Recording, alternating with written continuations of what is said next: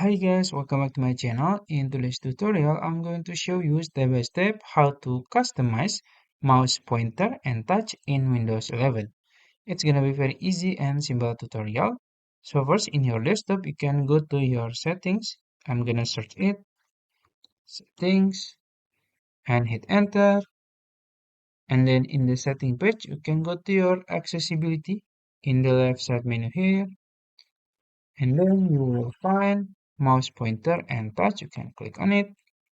And then in the mouse pointer, you can change the style. Maybe you want to make it white and then black, or even inverted, or even custom if you want. Maybe you want to change it to pink or orange, yellow. I'm gonna change it to orange. And then the size you want, if you want to change it, you can make it bigger. It's up to you. So maybe I'm gonna make it like this, just the default settings. And then if you want to make, turn on the mouse indicator, you can just turn it on and it will be, show a circle around the mouse pointer when I press the Ctrl key, Control key. So yeah, like that.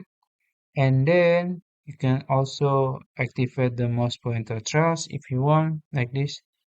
There's a trail, but I don't want it. And also, if you want to enable mouse pointer shadow, like this, and there will be a shadow.